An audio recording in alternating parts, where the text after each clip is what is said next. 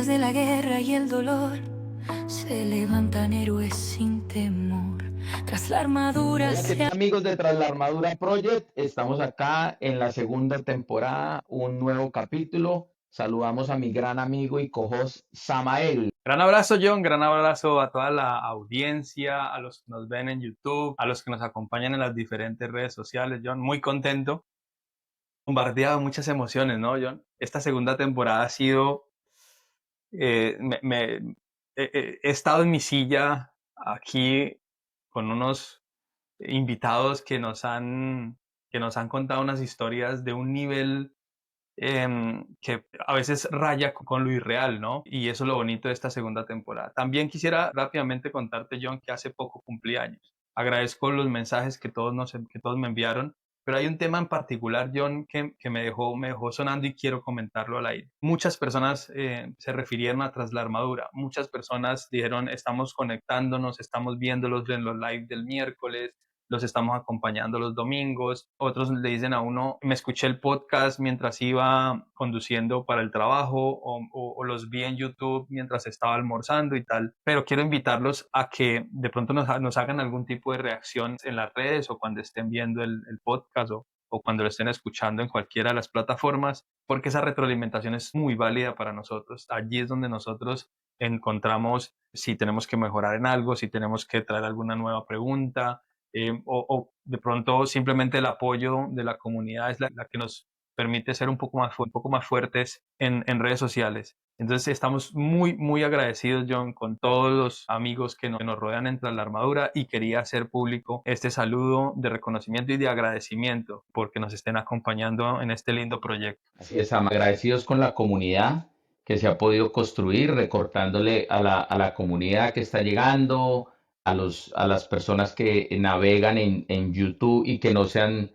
suscrito al canal, vean el contenido, denle en suscribir. Aproximadamente el 65% de las personas que ven el capítulo en YouTube de manera recurrente no están suscritos al canal. O sea, no es sino darle suscribir y como el cuento, activar la campanita. Recordarles que estamos en YouTube, Instagram, Spotify. Allí pueden hacer sus comentarios, darle like, compartir el contenido. Y el correo electrónico que es info@traslarmadura.com. Allí pueden escribirnos, no sé, darnos su feedback, también enlistarse para participar del programa, porque ya el programa ya tiene una lista de espera. Gracias a Dios, gracias a todos los veteranos. Nada, seguimos creciendo, seguimos aportando de manera altruista a la visibilización de historias de resiliencia. Recuerden que en Tras la Armadura tenemos como dos lemas. Todas las historias merecen ser contadas. Y la segunda es, en la historia de la vida de todo soldado y policía, el servicio es tan solo un capítulo, no es toda la historia. Y allí nos movemos y allí de corazón y de manera altruista seguimos trabajando y seguimos eh, trayendo este contenido para ustedes. ¿De qué vamos a hablar hoy, Samael? Hoy vamos a hablar sobre la experiencia internacional y un liderazgo enfocado en la transformación puede construir nuevas formas de servir más allá del uniforme.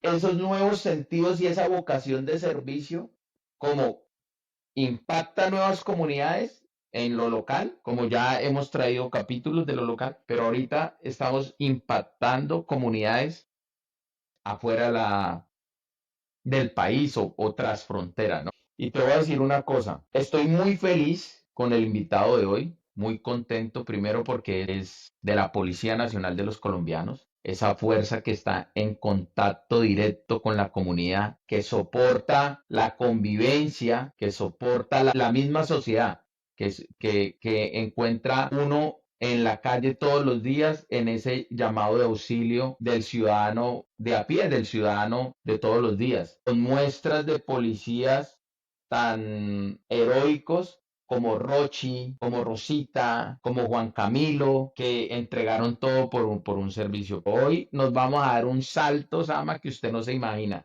Solo le voy a decir que el invitado de hoy, el liderazgo que ejerció en la policía, logró trascender las fronteras con un nivel de compromiso por una transformación de servicio en otro país. Y hoy le vamos a dar la bienvenida a Luis Ernesto García Hernández. Luis, bienvenido a Tras la Armadura. Gracias por venir a contar tu historia. Y no sé, cuéntale a la audiencia qué haces, dónde estás y cuándo recibiste ese llamado a ser policía. Bienvenido. Gracias, John. Igualmente a Samael, un cordial saludo. De antemano felicitarlos por esta importante propuesta de tener un podcast y tener una reflexión profunda acerca de los veteranos y lo que hemos sido. De verdad que los felicito y también mi cordial saludo a toda la audiencia. Sí, de verdad que para mí es muy placentero. Yo soy Luis Ernesto García Hernández. Me motivó mucho ingresar a la institución policial de hace ya bastante tiempo, por allá en la década de los 80, especialmente en el año 1989. Tuve la oportunidad de ingresar a la Escuela de Cadetes General Santander de la Policía Nacional. Yo soy natural de Ibagué, Tolima, de una familia grande también de policías. Aquel día nos pusimos a hacer la cuenta y dijimos que podíamos conformar una estación de policía porque somos casi 40 policías en diferentes grados, militares, policías, en todas las fuerzas tenemos nuestra representación. Es una familia grande de la fuerza pública. Y pues eso me animó mucho, porque yo también nací en un cuartel. Mi papá fue agente de la policía y trabajó desde la década de los 60 y se retiró por allá en los 80, siendo hijo de policía y en contacto permanente con los comandos, con la policía, en esa época con los cuarteles, pues eso nace con uno, ya se forma un ADN dentro de la misma condición social de Luis Ernesto García al estudiar también en Colegio de la Policía, el Bienestar Social de la Policía de Ibagué. Y pues me motivó mucho ingresar a la policía muy joven, tenía 15 años larguitos cuando ingresé y de verdad que la vida institucional y ahora también siguiendo el trabajo y la continuidad en nuestra profesión policial, porque yo siempre he dicho que la profesión no se acaba, sino que hay que garantizar la continuidad de ella a lo largo del tiempo hasta que uno no tenga la posibilidad de estar en este mundo, uno poder seguir aportando. Entonces estoy muy contento de estar acá con ustedes y de hacer esa reflexión profunda acerca de la trayectoria y para las generaciones actuales y futuras de la fuerza pública. Es muy potente este programa que ustedes están haciendo. Muchas gracias. Gracias, Luis. ¿Cómo la ves, Ama? Mi general, a mí me encanta que en Colombia el legado, padres militares o policiales va trascendiendo en las familias. No necesariamente a veces es en el hijo en particular, sino que el servicio de uno en medio de una familia puede impactar a los sobrinos, a los primos, que al cuñado, y entonces esa familia va entregando los mejores seres humanos que conforman esa gran familia colombiana al servicio de las instituciones y vamos haciendo nuestro mayor esfuerzo y todo el tema. Nosotros, como le comentábamos a mi general, también John Edwin, hijo de veterano, de suboficial del ejército, yo hijo de veterano, suboficial de la policía, y nos reconocemos. Eso es algo valiosísimo, el reconocimiento. El ejercicio que nos cuenta mi general, en el que se sienta la familia a mirar quiénes fueron los que estuvieron en servicio, es un ejercicio de reconocimiento entre todos del servicio a la patria que hemos estado prestando y es lo que hacemos entre la armadura, ¿no, John? Reconocernos, nuestra familia se ha ampliado mucho más allá de la sangre, se ha ampliado al uniforme, al pixel, al verde oliva, ¿sí? Y me encanta esa presentación de mi general, John. 2 puntos. El árbol genealógico, ¿no? Está hablando mi general. Se une con el primer punto del decálogo del veterano. Reconozco mi historia. Es importante reconocer la historia y sentirse orgulloso de esa historia porque entre líneas lo único que ve uno es que en la familia Luis Ernesto lo que hay es vocación de servicio. 40 personas en un mismo núcleo familiar, de lo único que se habla es de servicio, de ese sentimiento de ofrendar lo mejor, la juventud, todo lo que puede tener uno, a ponerlo al servicio de una sociedad y de un país como Colombia. Y dos, resulta que me acabo de enterar que yo estudié en el mismo colegio de Luis, pues Unos un par de añitos años más después. adelante, ¿no? Pero yo también estudié en el bienestar social de la policía. Solo que les voy a confesar algo, yo perdí el año en el bienestar social de la policía. Yo perdí el año allí porque, uy, esa gente estudiaba mucho y yo en ese momento estaba hasta Buenísimo. ahorita como encontrando mi mi centro de vida y perdí séptimo de bachillerato en el bienestar social de la policía en Ibagué. Pues después me fui venía del Inocencio Chincá y estudié en el bienestar social de la policía. Y no les puedo contar para dónde me fui después del bienestar social de la policía porque ya eso jugaría en contra de mi background académico. Les cuento una la pregunta para la audiencia de hoy, Sama, es si tuvieran que transformar su vida hoy y cruzar una nueva frontera personal, ¿qué miedo tendrías que enfrentar y cuál sería ese primer paso valiente que darías? Y venimos trabajando en eso, ¿no, Sama? Venimos trabajando en la valentía de la toma de las decisiones para cambiar un destino que visibilizamos. Para esto, esta es la pregunta para la audiencia. Dejen sus comentarios, escriban al correo electrónico o reflexionen, tómense un momento, reflexionen sobre esto y sigan caminando el rumbo o la ruta que están transitando. Y para esto, pues, no podemos desaprovechar esta oportunidad de tener a Luis acá hoy para preguntarle, Luis, ¿cuál es tu aproximación más cercana a la pregunta del día? Bueno, esta pregunta me recuerda a dos personas que han incidido mucho en mi vida intelectual desde hace mucho tiempo y reflexionando sobre la palabra miedo, ¿no? La palabra miedo, hay un filósofo que entre los libros que quiero recomendar se llama El espíritu de la esperanza y él dice que el miedo siempre ha sido desde hace mucho tiempo un instrumento de dominio, ¿sí? Que hoy en día nos da miedo hasta pensar y la invitación es más hacia la esperanza, ¿no? Porque la esperanza siempre viene de las grandes tragedias, ¿no? De las tragedias más íntimas, el ser humano, de ahí es como el ave fénix, nace el ser esperanzador. Entonces yo siempre he mantenido, digamos, el pensamiento de siempre trascender y cada vez que tenemos la oportunidad de hacer cambios en nuestra vida, creo que los cambios no son fortuitos. Vienen de todo el proceso de vida que uno ha tenido, tanto personal como institucional, y sobre todo las personas con las cuales uno se rodea. Y a mí me parece que si tuviera esa posibilidad hoy en día de transformar mi vida, porque la vida es un constante cambio, como lo dice Heráclito, es un constante cambio, estamos en un movimiento permanente, no nos debe tener miedo al cambio o a la transformación. Yo creo que si uno tiene una forma de vida basada en la esperanza, cualquier salto que uno dé en la vida es un salto que le va a dar grandes oportunidades.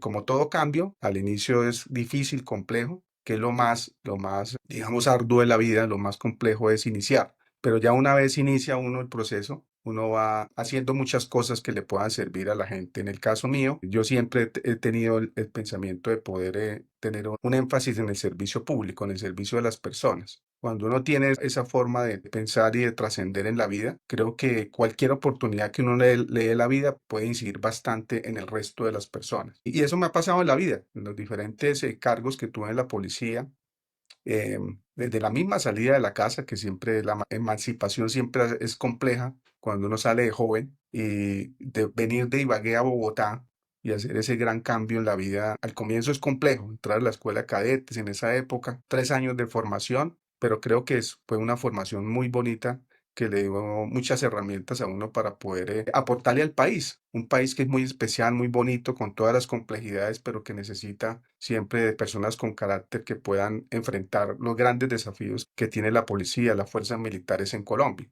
Pero también cada vez que hacemos cambios de cargos, casi que es iniciar una nueva vida en una ciudad, en un departamento, en un país como el que estoy ahora en República Dominicana, ya después de los 50 años, necesita uno esa resiliencia y necesita esa capacidad de poder entender que la vida sigue, continúa y que uno tiene la posibilidad siempre de trascender, como lo decía Samael. Siempre el ser humano, cuando tiene ese espíritu esperanzador, es porque tiene un espíritu basado en el futuro, en la trascendencia del ser humano. Todos trascendemos, uno no sabe a quién está impactando en la vida, ya sea con los amigos, con los familiares, con los subalternos que uno tiene, con los colegas. Siempre la forma con la cual uno se conecte permite que uno pueda trascender y esas personas puedan seguir creciendo a lo largo de su vida. Entonces, más que miedo, para cerrar la pregunta, John y Samael, creo que la invitación es siempre a nuestros veteranos saber que tenemos mucho que aportar y que los cambios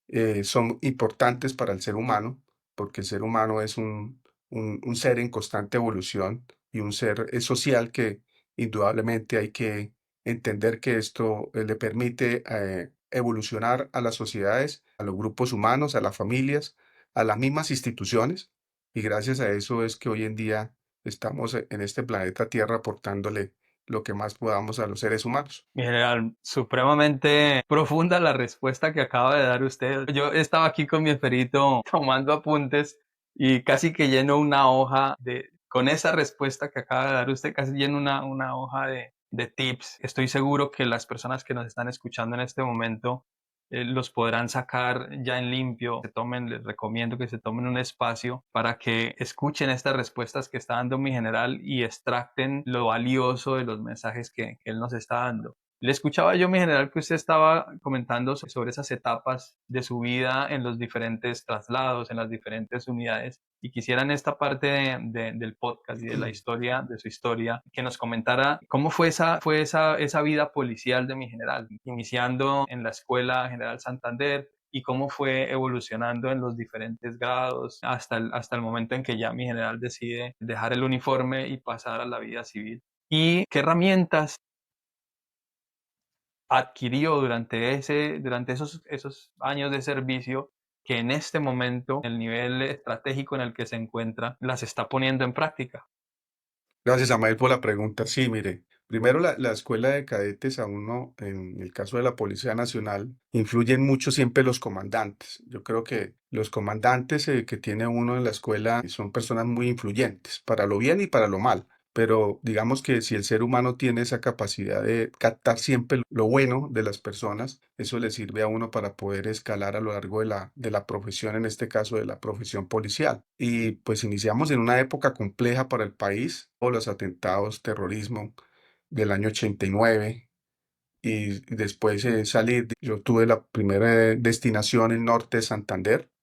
Trabajamos en Cúcuta como oficial de vigilancia en ese momento y posteriormente fui trasladado al distrito de policía número 5 en esa época de Tibú, y allí me desempeñé como comandante de estación en la estación de policía El Tarra. Ahí estuvimos por cerca de varios años, y la experiencia fue muy importante porque conocer de cerca el país ya en las regiones, conocer el Catatumbo, conocer esas vicisitudes que se viven allí, son elementos muy importantes para uno, en el caso de desarrollar una profesión policial a lo largo de la vida. Uno tiene que entender los territorios. Colombia es un país, lo dice uno de los autores importantes, que Colombia es una nación a pesar de sí mismo. Tuve la posibilidad de estudiar ciencias políticas en la Javeriana, y allí tuve la posibilidad de aproximarme a un autor, y allí, verdad, que uno entendiendo los territorios, entiende cómo es la historia de un país tan bonito que tiene unos desafíos tan grandes, pero que a la vez le permiten desarrollarse en muchas áreas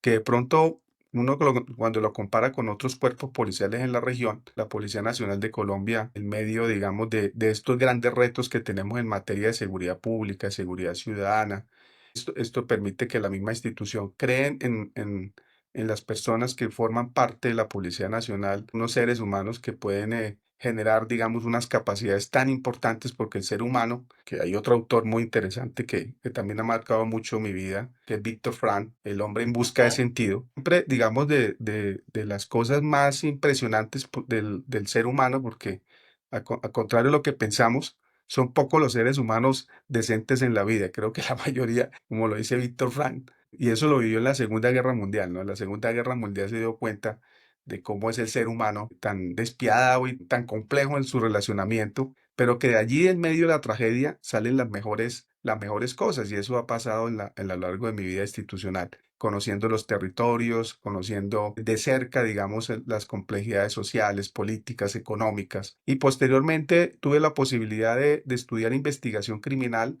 y también desempeñarme en el Departamento de Policía Huila. Allí tuve la posibilidad también de aportarle al país en materia de investigación, aprender mucho de un área tan importante para la investigación del delito y de las estructuras criminales, y entender cómo se mueven, digamos, las grandes organizaciones criminales. Eso es muy importante para un profesional entender, porque no solamente es un fenómeno de Colombia, es un fenómeno del mundo, es un fenómeno que estamos viviendo, y creo que en el caso de la policía, ese componente que me quedó allí de esa espinita de investigación, ¿no? De seguir investigando, de seguir creando masa crítica sobre el tema de un pensamiento basado en evidencia, ¿no? Basado siempre en los datos y en los hechos. Y eso me ha servido mucho a lo largo de mi vida porque para uno presentar cualquier argumento, uno tiene que basarlo siempre en datos y en investigación, por lo menos en análisis. Y esa fue también la otra experiencia que tuve en la policía, de trabajar eh, casi cerca de 13, 14 años en la dirección de inteligencia de la Policía Nacional. Y allí también la experiencia fue muy importante porque fue complementario con el pensamiento estratégico. La DIPOL es una de las unidades, digamos, más interesantes de la Policía Nacional, pues porque estuve allí, puede que tenga un sesgo, pero estuve allí y durante mucho tiempo y tuve la posibilidad de aportarle mucho a la doctrina institucional, de crear los nuevos modelos de inteligencia para la seguridad ciudadana y entender cómo se produce el conocimiento y cómo se toman las decisiones, que es muy importante, digamos, en una profesión cualquiera que sea, es siempre colocarse uno en los zapatos del decisor. ¿Quién está decidiendo y cómo uno le puede aportar a las decisiones para que se tomen las mejores decisiones en beneficio de una comunidad, en beneficio de una sociedad, en beneficio de cualquier aspecto sobre el cual se decida? Pero también tuve la posibilidad, se me olvidaba, de trabajar como oficial de planta en la escuela de cadetes y fue una experiencia muy interesante en el grado de capitán. Allí tuve la posibilidad de formar oficiales que hoy en día son coroneles y aprendí mucho sobre la instrucción, sobre la docencia, sobre el currículo oculto, sobre todos los temas asociados a la educación. Y eso también me generó, digamos, unas habilidades y unas herramientas muy importantes. Las herramientas de siempre tener la capacidad de saber elementos asociados a la pedagogía y entender que la educación lo es todo. Como lo hizo Nelson Mandela, lo dijo, que también es otra experiencia muy importante que viene también de la tragedia, de la misma guerra. Y también allí de verdad que la educación es uno de los pilares más importantes de cualquier sociedad. Y entender que la fuerza pública, tanto fuerzas militares como policía, han creado un sistema educativo muy interesante, es de mucho ejemplo para la región, un sistema organizado, basado asociado a la educación superior, pero sin perder de lado el componente policial o militar. Entonces se ha creado, digamos, un buen sistema. Ya eso lo aprendí en la escuela de cadetes y tuve la posibilidad también de ir a la Javeriana y estudiar algunas áreas asociadas a docencia, investigación, etcétera. Pero también tuve la posibilidad en los últimos, ya después en el caso de coronel, fue director de la escuela de posgrados de la policía, una de las experiencias más gratificantes, porque por allí pasan todos los oficiales de ascenso, de cursos de ascenso. Y pues yo había pasado ya por todos los cursos de ascenso y quise aportarle lo mejor a esta escuela. Fui uno de los directores que más tiempo he durado. Duré más de 4 años. Allí hicimos toda una revolución al sistema educativo en el caso posgradual. Y desde allí, digamos, siempre he estado, digamos, en todos estos temas asociados a la reforma y a la transformación policial. Desde la misma década de los 90, cuando la policía inició procesos de reforma y de transformación institucional, siempre estuve vinculado desde teniente, de capitán, también me invitaban a algunos clústeres, a aspectos estratégicos de la policía. A partir de las crisis siempre hay procesos de transformación y reforma.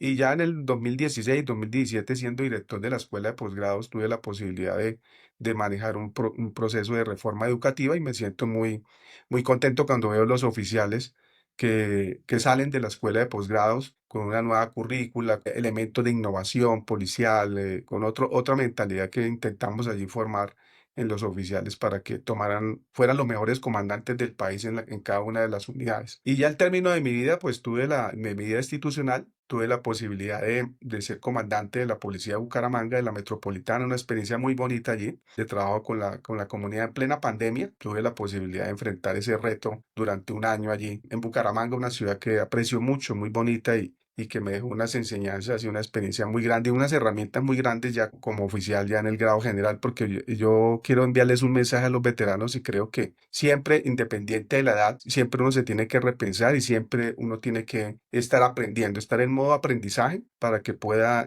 incidir, digamos, en el desarrollo personal de uno mismo, pero también en el resto de personas. Uno puede estar aislado de una lectura, uno puede estar aislado de la investigación, uno puede estar aislado de la lectura, etcétera, porque eso le permite a uno estar en crecimiento permanente. Y allí, digamos, después de eso, terminé mi vida institucional como jefe de la oficina de planeación de la policía.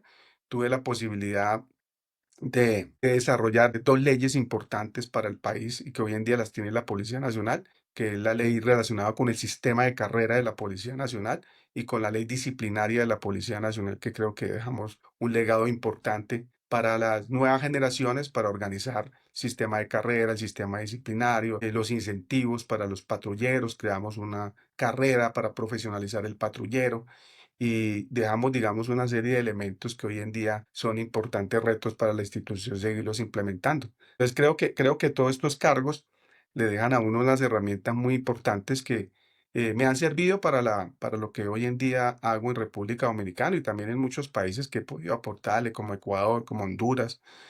Trabajo algunos proyectos con el Banco Interamericano de Desarrollo, con los operadores de Estados Unidos, como en su momento con USAID, con INL. Hemos estado muy vinculados en reformas y en siempre fortalecer las instituciones policiales que, como le decían los clásicos del derecho español, ¿no? Las instituciones son lo que queda en el tiempo. Nosotros somos pasajeros, pero las instituciones son, digamos, uno de los elementos más importantes que puede tener un país. Y las instituciones finalmente no solo son las organizaciones, sino sobre todo los valores superiores y las reglas que inciden en el comportamiento de las personas. Entonces, me parece que el trasegar por la institución le da muchas herramientas a las personas, a los policías, a los militares, y no nos debe dar miedo seguirlas implementando en las diferentes comunidades donde podamos nosotros impactar. Ahí, John, hay un punto,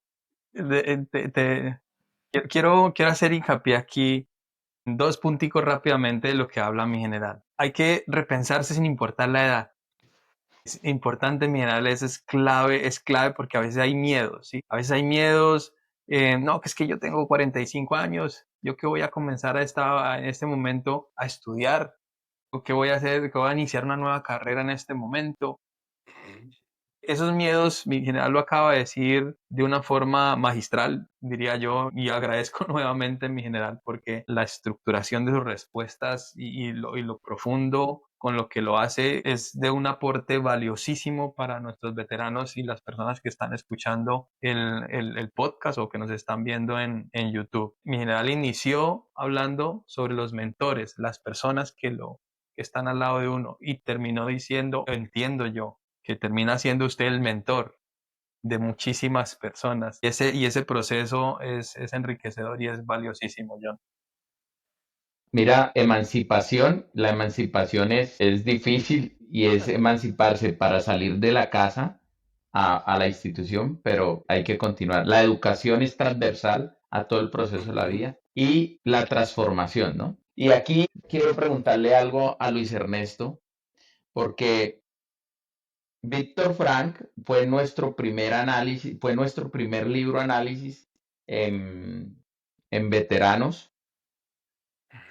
Fue nuestro primer libro análisis de veterano acá en Huellas de Acero, que lo hizo nuestra cofundadora Nini Johanna, y cómo ligó todas las temporadas, ¿no? Pero la transformación externa seguramente es más fácil, o transformar entornos externos es un poco fácil. Y aquí quiero irme al primer día que Luis Ernesto ya está en la casa, sin portar su uniforme de policía, enfrentado a su transformación, enfrentado a la transformación de Luis Ernesto, ¿no? Allí, ¿cómo manejaste eso? Y quiero ligar con el capítulo, con el episodio 1 de la temporada 2, de José Armando, general Serpa del ejército, dijo, en estas instituciones dice, la gente cree que los generales lo tenemos todo y que no necesitamos nada, olvidando que son seres humanos, ¿no? Entonces, yo quiero que nos cuentes ese día, qué sentiste, qué pensaste, cómo fue ese núcleo a donde pudiste volver, y lo dijo nuestro invitado de México, a veces el veterano vuelve a la casa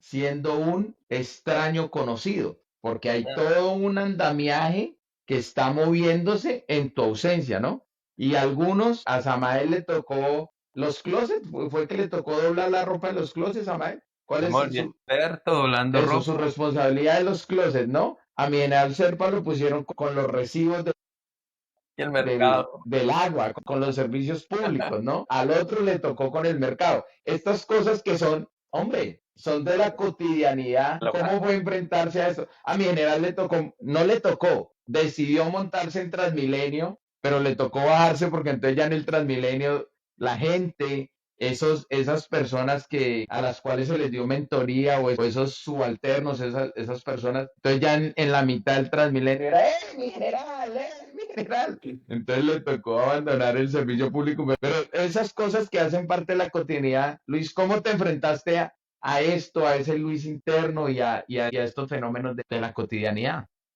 Mira, hay una anécdota muy importante. Cuando yo era teniente, un comandante me dijo, mire, desde el primer día se tiene que ir preparando para el retiro. Yo me acuerdo que estábamos en una reunión de oficiales por allá en Neiva, en el departamento del Huila, y eso me marcó mucho en la vida. Yo por eso siempre he dicho que los comandantes influyen mucho. Y él dijo, ustedes se tienen que preparar todos los días, se tienen que ir preparando todos los días, día a día, porque esta vida no es fácil y necesitamos oficiales, policías que se preparen permanentemente. Ese mensaje caló mucho en mi vida y yo desde ahí, y gracias al colegio también Bienestar Social, que agradezco mucho porque allí, como lo dice John, estudiábamos mucho y tuve unos profesores de español y unas profesoras que le dejaron a uno un legado muy grande. Y entonces yo seguí con esa espina de seguir estudiando, de seguir preparándome cada vez que podía hacer un diplomado, estudiar derecho, seguir especializándome, etcétera. Y después yo hablé con mi señora, siempre lo hablábamos, lo conversábamos, que algún día tenía que llegar al retiro, ya especialmente uno lo ve muy cerca, ya cuando llega al grado de coronel y ya se vuelve uno más sensible, ya digamos, a estar ya por fuera. Entonces con mi señora siempre lo habíamos hablado, que algún día tenía que llegar y que teníamos que seguir pues trabajando en la vida, muy activo, porque también otra cosa que me quedó claro es que hoy en día el ser humano vive más que antes. Hace 100 Ujú. años el ser humano vivía en promedio en el mundo 50 años. Hoy en día la expectativa de vida, por lo menos en Colombia, puede estar como en 76 años, 77. No conozco las diferencias entre hombre y mujer, pero más o menos eso. Quiere decir que hemos doblado la edad y uno sale muy joven de las instituciones. Los sistemas pensionales estaban programados para 50 años. ¿Sí? Y usted que todavía le quedan 25 o 30 años por delante para seguir viviendo. Entonces, cuando me llegó a mí el retiro, que eso fue en el 2022, yo recuerdo que íbamos con mi señora precisamente para Barranquilla en un avión de la Policía Nacional, que íbamos allí a un foro, íbamos allí a unas reuniones de los procesos de transformación, de reforma institucional, porque estábamos con todo el tema ya de la implementación de la actual ley de carrera. Y teníamos en Barranquilla ya unas sesiones con los policías, etcétera. Y yo veía que cuando aterrizó el avión, venía del avión de la policía, empezaban a entrar mensajes, yo no entendía el tema, ¿no? Cuando, mire la nueva cúpula de la policía, tales y tales, yo, ok, ya, entonces yo todavía no lo asimilaba, ¿no? No lo asimilaba porque yo pues era un brigadier general que tenía pues 2 años nomás y uno pues todavía pensaba que le podía aportar más al país. El avión fue, digamos, aterrizando y llegando y ya cuando nos bajamos con mi señora en el avión, en el vehículo que nos tenía que transportar hacia un restaurante, era hacia mediodía, era como la 1:30, nosotros empezamos a ser más conscientes del tema. Yo todavía no era consciente dentro del vehículo. Ya cuando llegamos Ajá. al almuerzo y todo, ya dije, no, yo ya estoy por fuera. Yo me sentía, yo me sentía raro ya en la reunión informado porque pues ya se había notificado la cúpula actual de la policía y pues uno era más antiguo que algunos de ellos. Entonces, pues ya usted sabe que en la fuerza militar y policiales no es lo mismo como pasa en otros países que yo he visto que los generales determinan los cargos y siguen activos en la fuerza. Yo no entendía nunca eso en otros países, pero entendí que es un buen sistema de carrera. O sea, me parece muy, muy bueno el sistema de carrera que tiene la fuerza pública, que se mueve a través de que el rango mata el cargo, no el cargo mata al rango. Y eso para manejar una organización policial de tanta gente y unas fuerzas militares, pues es muy importante. El rango acompañado de conocimiento, que es muy importante. Y allí pues ya fuimos más conscientes con mi señora, ya llegamos al hotel, ya me quité me acuerdo de ese momento que uno se quita el uniforme, ya sabe que no se lo va a volver a colocar y eso nos pusimos a llorar entre los dos. Un momento íntimo. Claro, claro. Entonces empezaron ya a llamarlo a uno, ya muchas llamadas perdidas. Y ese día no quise contestar muchas llamadas. Yo dije, no, vamos a compartir aquí con mi señora. Al otro día ya empecé a recibir llamadas. El jefe que tenía, el director que tenía, me llamó, dijo, no, García, no, no, tranquilo, mi general, la vida sigue y vamos para adelante. Y nos fuimos para Cartagena con mi señora. Lo primero que dijimos, "Bueno, terminamos acá y cogimos un Claro. vehículo y nos fuimos ya por mi señora". Y yo siempre he sido muy desprendido de los temas, eso también lo aprendí mucho a lo largo de la vida, uno desprenderse de muchas cosas materiales, ¿no? De Cual. desprenderse de Clave. cosas que uno a veces, si uno se acostumbra, cuando los pierde les duele.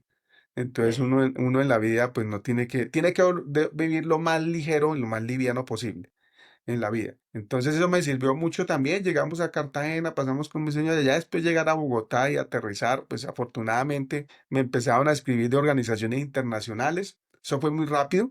Entonces me conecté muy rápido con algunos proyectos. Yo seguí con unos proyectos ya a nivel internacional relacionados con reforma. De hecho, yo venía trabajando ya con algunos de ellos en los cargos institucionales y pues conocían la trayectoria y muchos de los temas que he manejado. Pero pues el mensaje siempre es que el momento llega, uno no está preparado, por más de que lo diga, no está preparado, pero pues hay que entender que estos temas son temporales en la vida de uno, que son pasajeros y que la vida sigue y pues toca asumirla con toda la resiliencia y con todo el coraje posible para poder seguir aportándole a la sociedad, esté donde esté uno.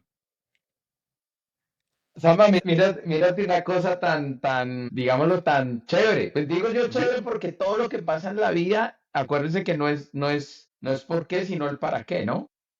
Sí, la verdad. Quiere decir que Luis se monta en el avión siendo brigadier general Ujú. y aterriza siendo civil. Qué Se fácil. demoró en, se demoró en, no, se demoró en procesarlo. Le tomó unos minutos, no se demoró, le tomó unos minutos procesarlo. Pero metafóricamente fue así. Metafóricamente fue así. Despegas y aterrizas. Y también hay algo que pues quisiera que de pronto Luis, si se siente bien, ampliar un poquito porque tiene que derrumbarse emocionalmente frente a ese sueño. Porque es que estamos hablando de que Luis soñó siendo policía cuando era un niño. Porque a los 15 años, técnicamente es una adolescencia. Todavía está uno muy joven, muy pelado. Sí, está uno muy joven. Tiene que llegar ese proceso, ese momento de desprendimiento, porque es ahí donde yo creo, Luis, que vuelve uno a conectarse con esa humanidad, porque un brigadier general no puede ir a atender una reunión de transformación o una reunión o a través de todo su proyecto de carrera, siendo comandante de estación en el Tarra, pues de una u otra manera hay que guardar alguna emotividad de la vida y guardar esas emotividades en la vida pues le va generando a uno cierta como carga emocional, ¿no? Despegas, aterrizas, procesas, haces y vas y conectas con tu humanidad, con tu señora allí en ese momento. Es así, ¿no? Así es, John, sí, yo creo que usted lo resumió muy bien. Se demora unos segundos en procesarlo mientras se da cuenta que usted ya dio ese paso y que algún día tenía que llegar, como todos los finales, ¿no? Como es la vida también, tanto institucional como la vida biológica, ¿no? Algún día tiene que llegar, pero yo no la mido desde ahora.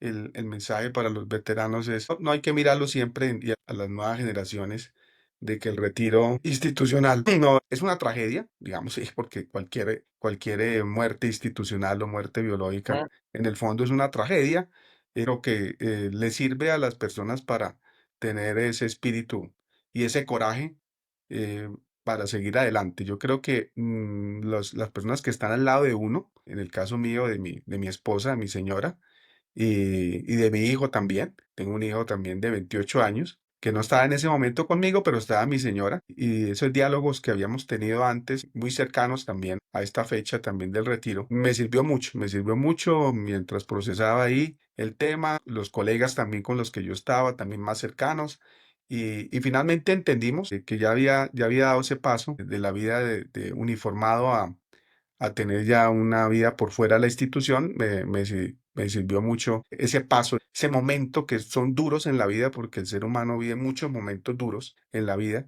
y ese momento duro es lo que permite que el ser humano llegue a donde ha llegado.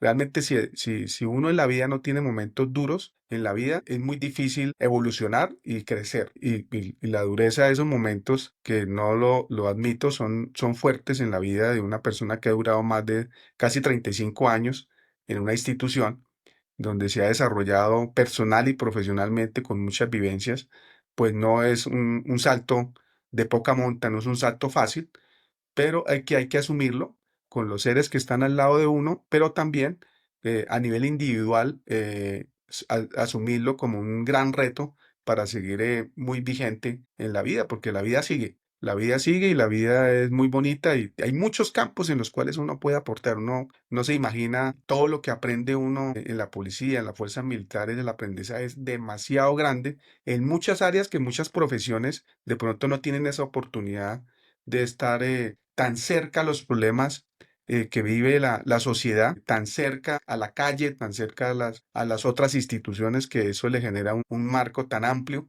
para seguir uno aportándole a muchos temas que hoy en día son muy válidos, ya sea en la vida privada, en la vida pública, ya sea seguir, digamos, escribiendo o aportándole desde otra perspectiva a la sociedad. Me parece que eso lo hace en esos momentos institucionales y esos saltos que uno tiene que dar algún día. Mi general hizo un comentario que yo creo que es muy relevante, porque excúseme que hable del tema ya personal. Mi general dice que cuando le llegó la noticia, en un momento en privado llora con su esposa, porque es que hay que hacerlo, porque las lágrimas tienen que salir para demostrar que uno está sintiendo que hay un momento de pérdida. Y me lo decía hace poco un veterano que se comunicó con nosotros a través de nuestro correo de atención al público, a los veteranos. Tenemos un correo, mi general, y entonces estuvimos charlando por ahí con el hombre, nos comunicamos y él me decía, hombre, mi mayor, lo que pasa es que cuando nos preguntan, ¿qué hubo? ¿Cómo le fue con la salida a la civil? No,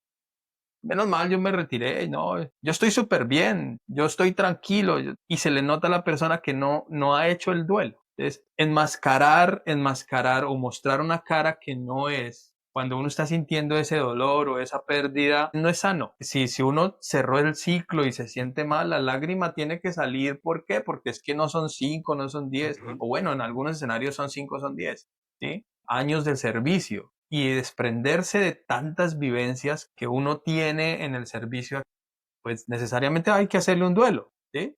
Porque uno en un día militar o en un día policial, la cantidad de eventos que suceden son los que le pueden pasar a una persona normal en 2 semanas.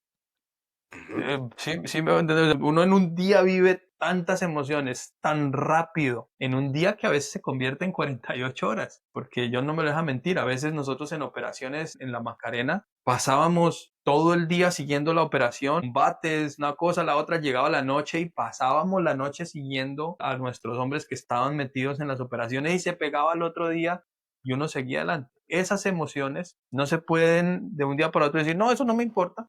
No, ya estoy bien, no, no, hay que hacerle el duelo y mi general nos lo comentó. Y hay que darse uno el tiempo para hacerle el duelo al asunto. No sé si John quieras de pronto hablar sobre lo que acabo de decir, porque tengo una pregunta que me asalta aquí. Mi general, Sí, ya que usted habla del duelo, me parece que es importante porque en el caso mío, yo terminé y mientras le sale uno al retiro, yo tenía una invitación a una institución que funciona en Ginebra, Suiza, que se llama DICAF, que tiene programas de cooperación para África, para muchos programas, y ellos habían estado en el proceso de reforma de la policía, acompañándonos en muchos temas asociados a, a derechos humanos, etcétera. Y ya tenía la invitación, pero mientras le sale el retiro, pues me autorizaron para viajar y estuve allá dando unas conferencias allí en Ginebra, pero después me encontré con mi señora en España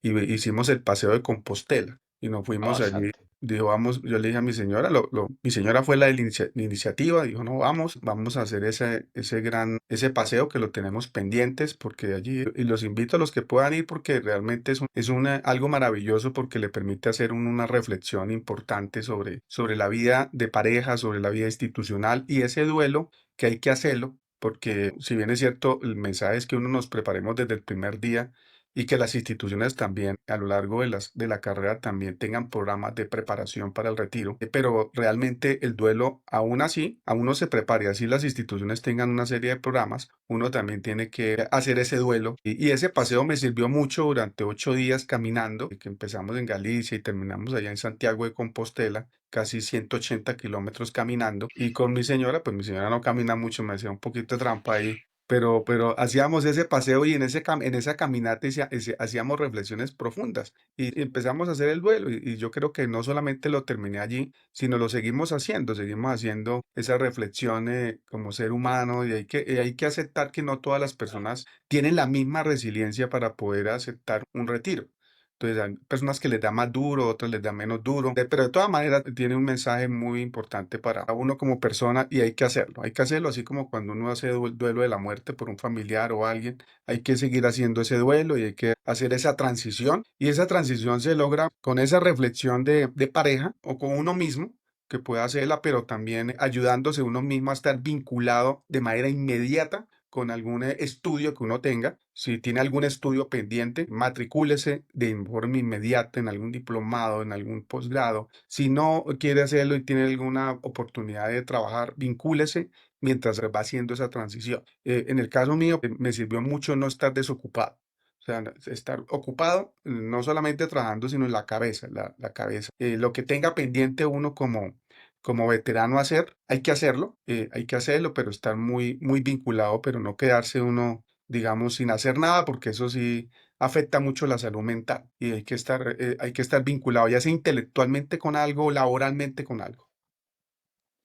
Luis y Sama, mira que Luis habla del decálogo, o sea, parece que hubiera construido el decálogo del veterano con nosotros, pero identificar mis emociones es crucial para apropiarse de ellas, que es el ejercicio de reflexión al que está invitando Luis, que tuvo la gran oportunidad de hacerlo en el Camino de Santiago de Compostela, pero usted lo puede hacer alrededor de su casa, en contacto con la naturaleza, o sea, es identificarla y procesarla. Aprender algo nuevo es de lo que está hablando, de lo que está hablando Luis. O sea, aprenda una habilidad, algo que le pueda mantener ocupada su intelecto, su mente, y no le permita que la mente le genere los posibles peores escenarios, porque la mente es experta en eso, ¿no?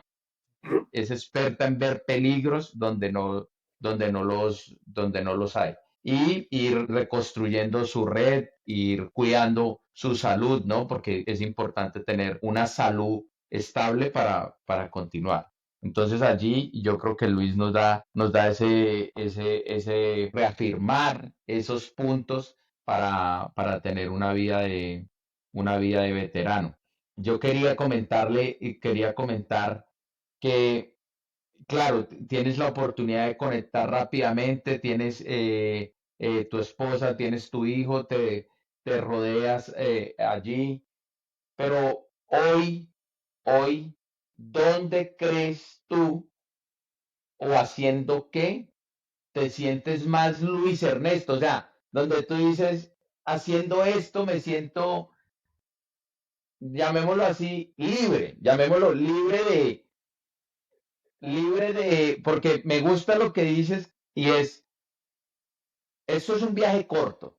La vida es un viaje corto. Así usted crea que tiene 90 80 eso es un viaje corto. Y para viajes cortos tengo una maleta liviana. Tengo una maleta liviana que habla Luis, no hay que estar apegado a cosas porque no, nada de eso te lo vas a poder llevar. Un líder religioso hace muy poco, no es muy poco, pero de manera reciente decía, aplíquese el perfume favorito que tiene, pues aplíquelo todos los días. Si tiene su camisa favorita, pues póngasela. Si tiene, pues porque de pronto se te va la vida cuidando un tarro de perfume y te vas y se va a quedar el perfume allí, ¿no? Si Claro. tienes, entonces me gusta porque Luis hace ese énfasis, hey, hay que viajar liviano, hay que estar liviano, hay que estar desapegado para poder conectar con las otras cosas. Y quería antes de que Sama continuara de pronto con lo que tiene allí, no lo vas a perder, Sama, apúntalo. Es Luis, ¿dónde haciendo que hoy estás conectado con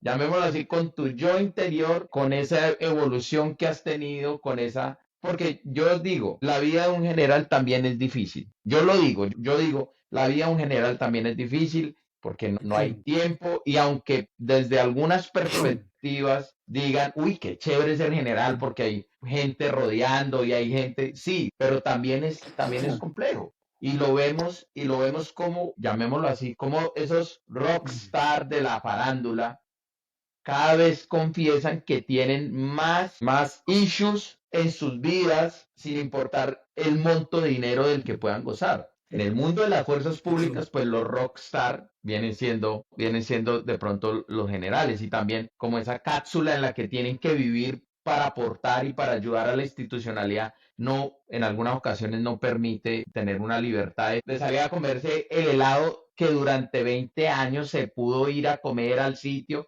pues ya no puedes porque hay gente que te dice, no, usted ya no puede hacer eso.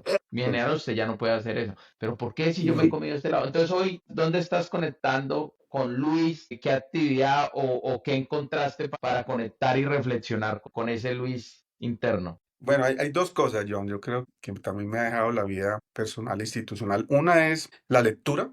Creo que la lectura para mí es un motor muy importante porque uno se adentra en diferentes mundos que uno no tiene la posibilidad de vivirlos o de ir a esos sitios. Entonces yo creo que la lectura me ha servido mucho para adentrarme en otros contextos y en otros mundos que le dan a uno una perspectiva más amplia. Uno amplía mucho el abanico, ahí se siente uno, se encierra uno en una lectura y eso le ayuda mucho también a crecer, ¿no? A crecer y a conocer muchas cosas que le pueden aportar a otras personas. La lectura es muy potente, pero también el deporte. Yo creo que el deporte yo he querido, siempre he tenido esa intencionalidad de practicar el atletismo. Desde la escuela de cadetes empezamos con esas ganas y inclusive del mismo colegio. Teníamos la posibilidad de estar corriendo, participando en la adolescencia. Después en la policía lo seguí y lo continué, pero yo creo que hoy en día el estar vinculado hoy en día a una meta deportiva, también le ayuda a uno mucho. Estar uno siempre vinculado porque eso le ayuda a prepararse a uno. Si, en el caso mío, yo trato de correr siempre 10K, 21K, ya por temas de tiempo, pero también por temas de salud. También lo hago de manera más moderada. Pero ahí donde uno se refugia uno y también el deporte también es una vida sana que le permite a uno comer bien también y estar muy activo mentalmente. Entonces yo diría que son dos elementos, tanto la lectura como el deporte, me permiten ser uno mismo, ¿no? Porque cuando uno está allá, hoy es día también estoy en la vida pública de República Dominicana y también el tiempo es escaso y también la dinámica también es muy similar a toda la dinámica del sector público en el mundo. Entonces, pues los tiempos son limitados pero siempre hay que sacarle tiempo. Yo creo que es más de uno. Una vez dice, no, es que no tengo tiempo para esto, que tal cosa. No, siempre, por más vivencia, usted lo dijo, la vida de un general es, yo cuando ascendí a general dije, uy, esto es peor que ser subteniente. Yo no sabía uno que esto era como tan complejo porque no es como mucha gente cree que es importante porque pues si uno entiende que el grado es le da más poder es para servir. Me dijo mi señora, tan pronto me colocaron las estrellas, es eso. De usted le colocan esas estrellas para servir mejor. Eso no es Para el servir. poder por el poder, es para Ujú. servir mejor. Y eso me marcó mucho. Me acuerdo que me lo dijo un día antes del ascenso y cuando ascendí entendí eso y dije, no, pues esto es una oportunidad para también ayudar a trascender a muchas otras personas, ayudarle a muchas generaciones que van siempre pensando hacia atrás, de ayudarle a los que vienen, pero sin perder la perspectiva del futuro.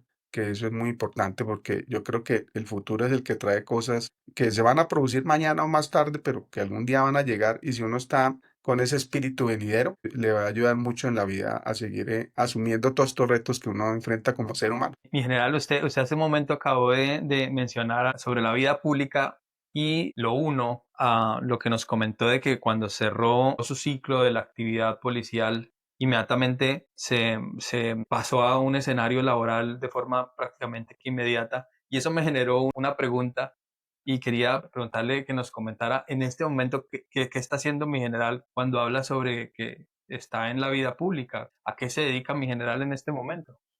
Bueno, Samuel, sí, esa fue una experiencia también bonita que bueno, yo cuando estaba como jefe de la Oficina de Planeación de la Policía Nacional tuve la posibilidad de recibir muchas visitas internacionales porque había muchos cuerpos policiales que se estaban interesando por el proceso de reforma de la policía. La Policía de Colombia ha vivido varios procesos de reforma desde la época del 90, que yo conozca, puede que sean muchos más, pero que yo conozca desde esa época siempre se ha vivido en procesos a partir de crisis que suceden como en todas las organizaciones policiales, pero pues, la policía logró tener como una madurez institucional para asumir estos procesos de cambio institucional. El ejército también que lo ha venido haciendo en diferentes instancias de la vida institucional, pero eso me sirvió mucho para recibir allí una comisión. Vino un ministro del Interior de República Dominicana, una persona que aprecio mucho en su momento como ser humano, que le dicen Chu Vázquez, que fue el ministro de Interior de República Dominicana. Él vino con una comisión acá, traído también por otro dominicano que estaba haciendo una maestría en seguridad pública en la Escuela de Posgrados de la Policía,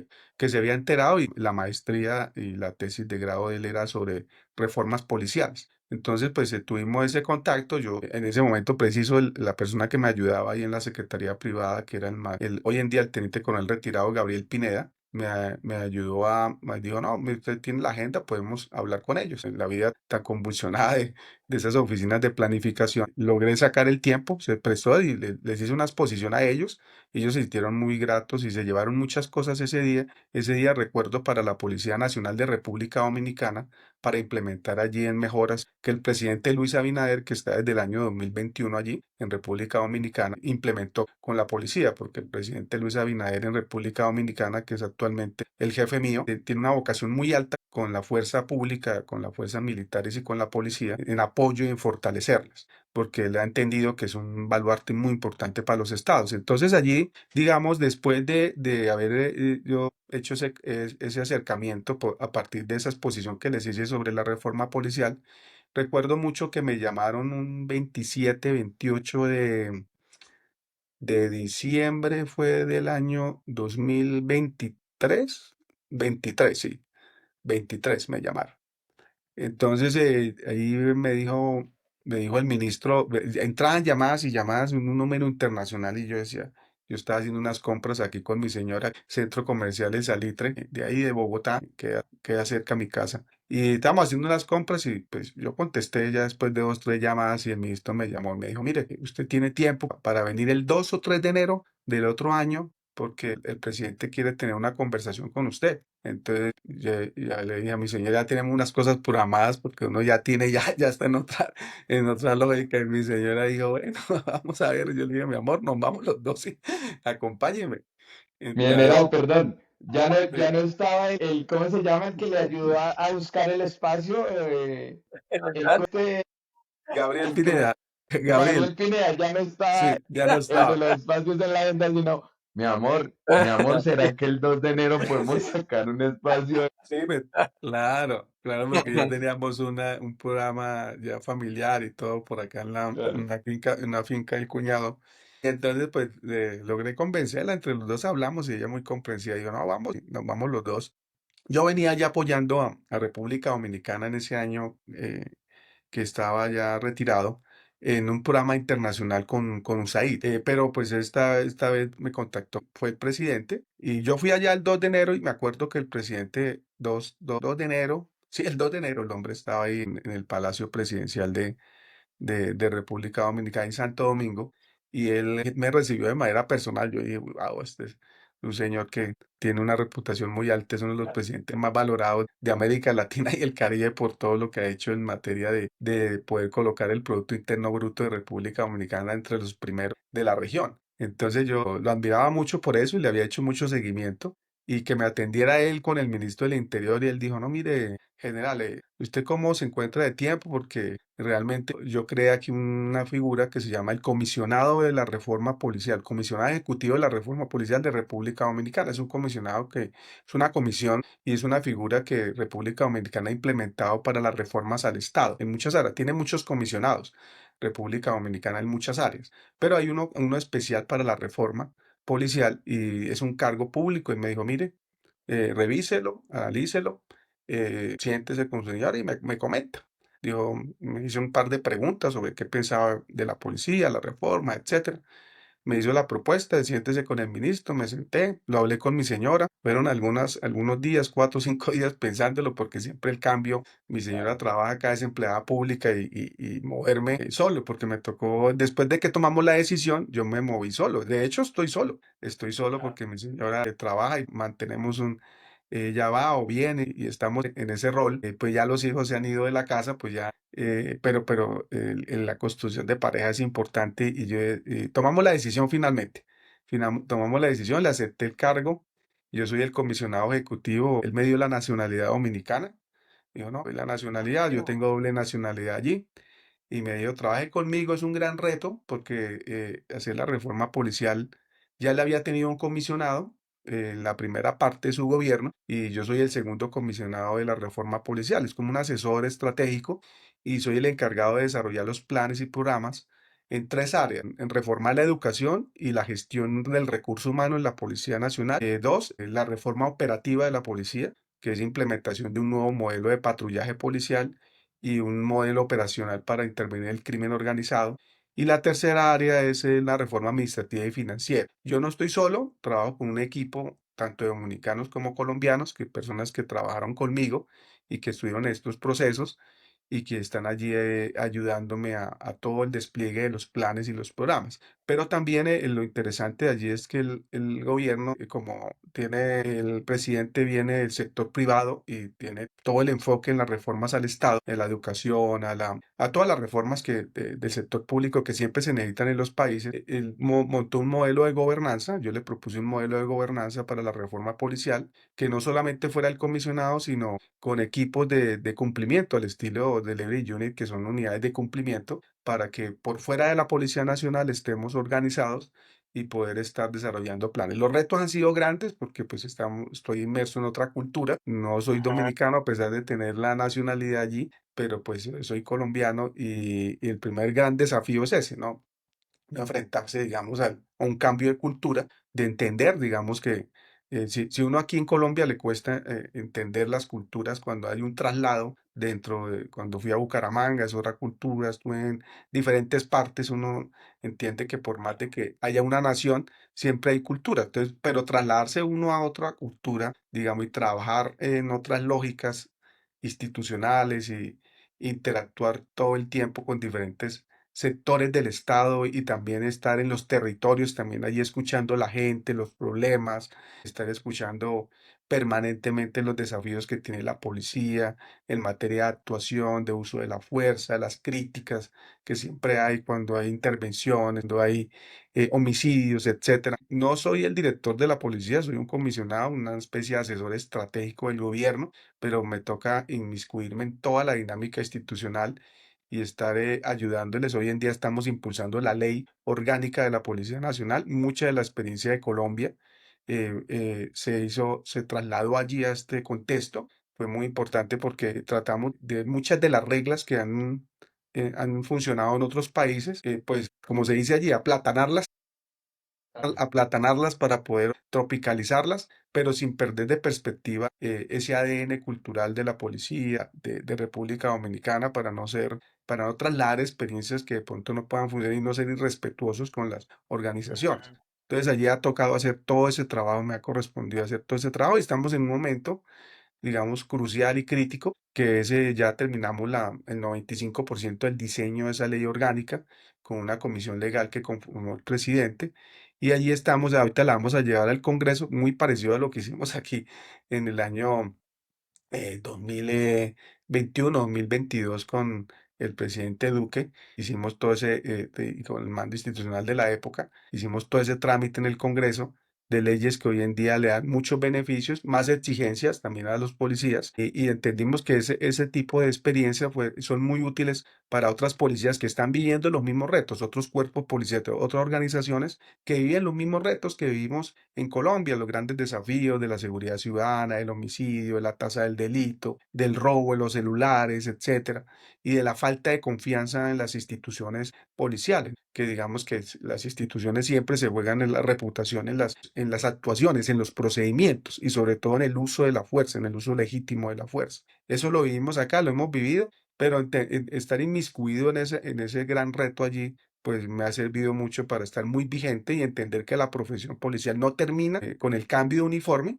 sino que la profesión puede seguir siendo aplicada en otros contextos, en otros contextos. Y si es profesión, que es un poco el reto que he tenido durante mi vida institucional, de que la policía sea una profesión como lo dicen los ingleses siempre dicen que los cuerpos policiales son profesiones no tradicionales, no se pueden comparar con otra profesión como abogado, administrador, etcétera, o médico, pero pues es una profesión no tradicional que igual tiene un nivel de fundamentación, digamos, teórico, tiene un campo muy alto de estudio. La policía no es como muchas personas lo miran desde afuera, sino que eso requiere, digamos, tener todos unos atributos como lo tiene cualquier otra profesión, ¿no? Primero es un campo especializado de conocimiento que hay que seguirlo fundamentando, igual que las ciencias militares necesitan una fundamentación muy amplia, un campo doctrinario amplio, tiene un lenguaje propio, la profesión tiene un lenguaje propio que muchas veces es universal, que ya se está volviendo, a diferencia de los militares tienen, digamos, un campo más amplio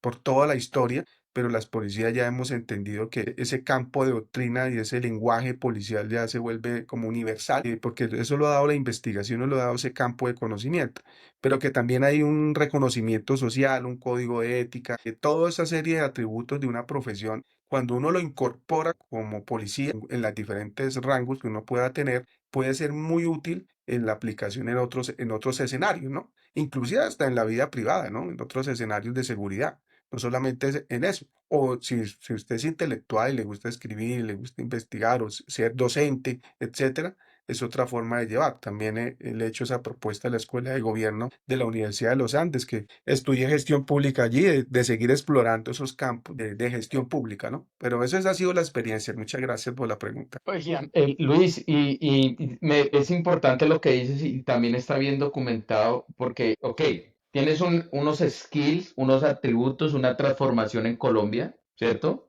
30 años, transversal, impactas una comunidad, una sociedad, la colombiana, ahorita estás en República Dominicana, no tratando, logrando transferir estas habilidades a esta otra cultura y allí hay unos nuevos retos, un nuevo proceso de adaptación. Entiendo que claramente tienes un equipo porque una transformación no la hace una persona, la hacen equipos de alto rendimiento, equipos de, ¿no? Equipos autogobernados, bueno, etcétera. Ujú. Pero realmente estás enfrentado a una gestión al cambio en otro ambiente, porque aquí hiciste gestión al cambio, hiciste transformación, desarrollaste unos skills, pero no podías coger y control C, control B, porque hay otros factores medioambientales. ¿Cuál crees tú que es como el principal o los principales retos que has enfrentado allí en esta nueva cultura y cómo esas habilidades de veterano en Colombia te han potencializado esta transformación allí en República Dominicana? Yo creo que son tres cosas. Primero, entender la cultura de un país y la cultura institucional, ¿sí? Tener esa mirada siempre sociológica, si así se puede decir. Digamos que sin ser sociólogo o antropólogo, digamos, sin estar inmiscuido en las ciencias sociales, pero la policía me ha ayudado mucho a leer las sociedades de esa óptica. Entonces, yo creo que un reto mucho es entender esos rasgos culturales. Segundo, conformar equipos de trabajo. Digamos que yo creo que en la institución policial también le da las vicisitudes que enfrenta la policía, ayuda a entender mucho que los equipos de trabajo lo son todo, ¿no? Y un líder tiene que saber organizar equipos de trabajo para ir en busca de una meta puntual. Entonces allí, digamos, conformar equipos entre colombianos, dominicanos, de otros países también, me ha ayudado mucho a enfrentar los retos. Y tercero, el reto, digamos, de la resistencia al cambio. Y la resistencia al cambio siempre va a existir, tanto en el ser humano como Luis, o en las organizaciones también, o en la sociedad. Yo creo que no es bueno ni malo, siempre va a existir la resistencia al cambio porque la gente se resiste mucho a perder las cosas sobre las cuales ha hecho, en el caso de la Policía Nacional de República Dominicana, ha hecho la trayectoria de la Policía Nacional.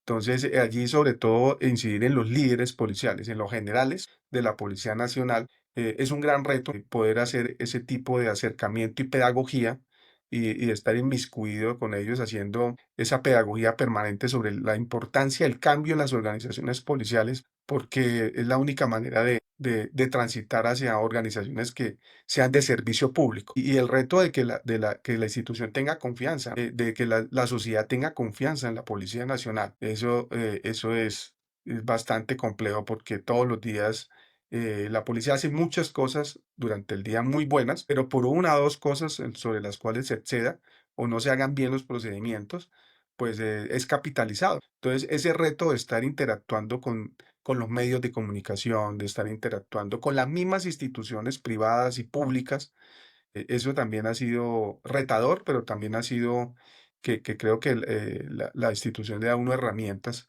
para poder interactuar con diferentes sectores públicos, privados, con la misma sociedad organizada, en el caso allá de las juntas de vecinos, estar en los barrios, en los territorios, entendiendo y dialogando con ellos para poder hacer un proceso que es integral, que no, una reforma no se hace de la noche a la mañana, las reformas son permanentes. Debemos estar en modo reforma, transformación, cambio, que eso es lo importante, que quede en el ADN de las instituciones y de las personas y de los líderes que hoy en día tienen esa responsabilidad de dirigir las instituciones, que los cambios y las transformaciones son inminentes y hay que aceptarlas, y si no se dan, hay que promoverlas, ¿no? Hay que promoverlas para que las instituciones evolucionen y sean mejores al servicio de los ciudadanos. Es un tema clave, ¿no? Nada en este mundo es rígido ni es permanente. Todo está en un continuo cambio, en una continua evolución. Las sociedades cambian, todo cambia y las instituciones no se pueden quedar atilosadas en un punto ahí fijas, sino que tienen que ir con sus sociedades haciendo todo ese proceso. Mi general, durante toda nuestra charla de hoy, que ha sido supremamente enriquecedora, se lo digo de forma muy sincera y respetuosa, lo he escuchado a usted hablar en diferentes momentos. Cuando habló de Colombia es una nación a pesar de sí misma, de Bushnell, que lo estudiamos David. en la escuela. Lo estudiamos en la Escuela Superior de Guerra con John. Estuvimos hablando también de Víctor Frank, que fue nuestro primer libro que analizamos aquí en Tras la Armadura. Mi general habló sobre Mandela en algún punto de la charla. Habló sobre los clásicos españoles. Son diferentes escenarios literarios a los cuales nos ha llevado mi general. Y en este punto quisiera que mi general le recomendara a nuestros veteranos algún libro, bueno, aparte de estos que ya nos hemos ido sacando durante la charla. De Ujú. pronto que le recomendara algún libro, algún libro en particular que les pueda servir en estos procesos de cambio o de crecimiento, puede ser, o algún libro que a usted le haya gustado. Y también de pronto Ujú. alguna canción que le sirva para subirse el ánimo, que cuando la escuche usted diga, ah, qué canción tan chévere, que estos son temas muy personales que uno también comparte con sus amigos, en este caso nuestra comunidad de veteranos, mi general. No, muchas gracias por esa pregunta. Yo creo que los libros que yo recomendé ahí, en el caso de este texto, que es una aproximación reciente que hice, y pues lo recomiendo porque me lo recomendó un amigo, se llama El espíritu de la esperanza, ¿no? El espíritu de la esperanza, y es un autor de Corea del Sur, pero es alemán, Byung-Chul Han. Byung-Chul Han pues ha sacado muchos textos. Me ha llamado mucho la atención no esperaba de él esa pluma, pero me parece muy interesante porque aquí deja ese mensaje tan importante para los seres humanos, que todo lo que estamos viviendo hoy en día en el mundo, ¿no? Es un mundo que cada día es más difícil de entender, pero que toda la vida ha sido así, ¿no? De guerras, de migraciones masivas, de atentados, de catástrofes que ha tenido, las crisis, las pandemias que vivimos, digamos, toda esta serie de escenarios que vive el ser humano, que a veces son apocalípticos, nos enfrentan, digamos, casi que a una inminente amenaza, y pensamos que nos vamos a extinguir o a una catástrofe. Pero yo creo que esa vida, él la plantea allí, no debe quedarse solamente en esa desesperación que uno como ser humano tiene, que es muy profunda, pero también en medio de esa desesperación surge, digamos, la esperanza, porque los tiempos futuros que vienen, que a veces son inéditos, van a tener que enfrentar los seres humanos esos desafíos, y lo que se requiere son desafíos esperanzadores. Ahí me quedó muy marcado ese libro, El espíritu de la esperanza, es muy reciente. Lo invito a leerlo. El otro que dije, pues, El hombre en busca de sentido, creo que hay que leerlo varias veces durante la vida, y ustedes ya lo hablaron allí, porque pues es muy relacionado con esta misma línea del libro anterior, ¿no? Que en medio de la tragedia más importante que vivió Víctor, como ustedes lo dijeron, pues de ahí nacen las mejores invenciones también, las mejores Ujú. invenciones, pero también la resiliencia y que el propósito que uno debe encontrar en la vida, ¿no? Siempre uno, digamos, el propósito más íntimo y más superior, siempre lo encuentra en medio de la desesperación o de la tragedia más alta. me dejó marcado eso, que es muy importante para el ser humano. Y hay uno, pues digamos que también es una literatura que he venido leyendo, Homo Sapiens, de Harari. Pues ha sacado muchas publicaciones, pero es un libro, digamos, muy ameno, muy interesante, digamos, le da una perspectiva muy amplia del origen del ser humano, hasta dónde hemos llegado, para dónde vamos, y entender un poco ese desafío. De verdad que es un texto muy interesante, que lo recomiendo también. Hay mucha literatura. Lo importante de esas literaturas es que podamos siempre hacer esa reflexión profunda y aplicarlas en nuestras vidas y trasladarla también a las decisiones que uno toma. Digamos, eso es importante, digamos, esos contenidos y está siempre en modo lectura. Creo que eso le ayuda mucho al crecimiento de las personas. El de Nexus es muy bueno. Yo lo terminé hace poco y es a otro nivel, muy actual. Sí, lo estoy Y lo terminando. deja uno, si Sapiens y 21 lecciones, lo dejan a uno así con los ojos bien abiertos, llega con Nexus y ahora los más, amigo, que ahí viene más historias buenas. A mí realmente yo también leí la colección el favorito para mí es Unstoppable. Realmente esta especie es imparable. De verdad es imparable, ¿no? De punto. Pero Luis, y en el mundo más terrenal, la música, la canción, ¿cuál es la del playlist para hacer los 21K, los 10K? Que usted dice, este es mi playlist porque yo, por ejemplo, yo no puedo correr con la música con la que me despertaba Samael. Yo no, o sea, es demasiado para mí. Yo tengo que correr. O sea, yo tengo que tener, no sé, mi cerebro funciona con dos equilibrios. Cuando yo quiero ir más rápido, necesito música más lenta.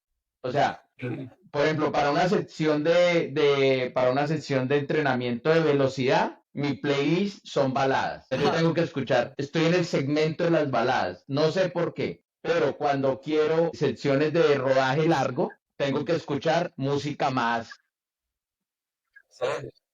acelerada, pero mi ritmo va más despacio. No sé por qué, pero es mi condición. Pero Luis, ¿cuál es la canción? Y dos consejos o dos tips que tú les puedas dar a la comunidad en general, veteranos, no veteranos, de vida. No, gracias. Sí, bueno, hay una canción que me ha marcado mucho que es Imagine de John Lennon. A mí, digamos, la canción me marcó mucho en mi época. Usted sabe que uno tiene unas épocas siempre de grandes liberaciones mentales y entender, ¿por qué me marcó mucho? Porque entendí el contexto en el cual John Lennon hizo la canción que posteriormente su esposa no querían aceptarla como coautora, pero finalmente John Lennon y su esposa hicieron esa canción, que fue muy inspiradora y le hicieron en el momento, digamos, yo creo que la inspiración es de momentos, y le hicieron en unos momentos tan importantes de la vida de la sociedad en esa década, que permite hacer una reflexión profunda sobre los países. Los países no tienen fronteras, ¿no? Hoy en día los países no tienen fronteras, que es posible vivir en un mundo que es secular, es posible vivir en un mundo que las nuevas generaciones la hemos entendido y que es muy importante que entendamos que la paz fue hecho sobre todo en un momento en un momento de inconformidad después de la guerra del Vietnam, pero que la paz siempre es un anhelo siempre de las sociedades. Es algo difícil de alcanzar, algo utópico, pero que se puede construir pasos para poder avanzar hacia ese gran desafío que tiene el ser humano como ser humano. Entonces, yo creo que la canción es potente, me gusta mucho, la escucho en diferentes momentos, hago reflexiones sobre mis creencias también, porque las creencias siempre se ponen en juego en muchas vicisitudes de la vida y eso me ha ayudado mucho digamos, a repensarme también. Y ya, digamos, yo soy muy de baladas, digamos, románticas, porque me creé en ese, cuando estudié en el colegio de la policía, el conductor era un policía y los buses eran policías. Y me recogía a las 5 de la mañana y me dejaba a las 3 de la tarde. De Ibagué a Picaleña en esa época. Era como en contabilidad, primeros en entrar, últimos en salir. Entonces, éramos los primeros y los últimos. Y el conductor ponía toda la música de baladas de esa época, que me acuerdo que era Tolima FM Estéreo. Y esa emisora durante mucho tiempo la escuché y escuché mucha balada. Yo que me gustan mucho las baladas de esa época, de los 60 y los 70, y las sigo escuchando mucho, ¿no? José Luis Perales, Ricardo Montaner últimamente, también todo eso, toda esta serie de canciones baladas. Y cuando corro, pues coloco música en inglés. Uno de los grandes retos que he tenido es aprender a hablar inglés. Lo leo y entiendo alguillo, pero No, ha sido un reto en mi vida y tengo ese desafío este año con mi señora. Estamos ahí colocándole acelerador al tema, porque nunca es tarde Exacto. Estamos en el mismo reto. y el inglés es fundamental. Para Romero, que el 99% de la literatura científica está en inglés. Entonces, lee usted o lee, porque tiene que usted que ir a bibliografía cada día más especializada. Hotel California, de la época, es una canción potente. Eagles. Con Eagles, ¿Es sí, que?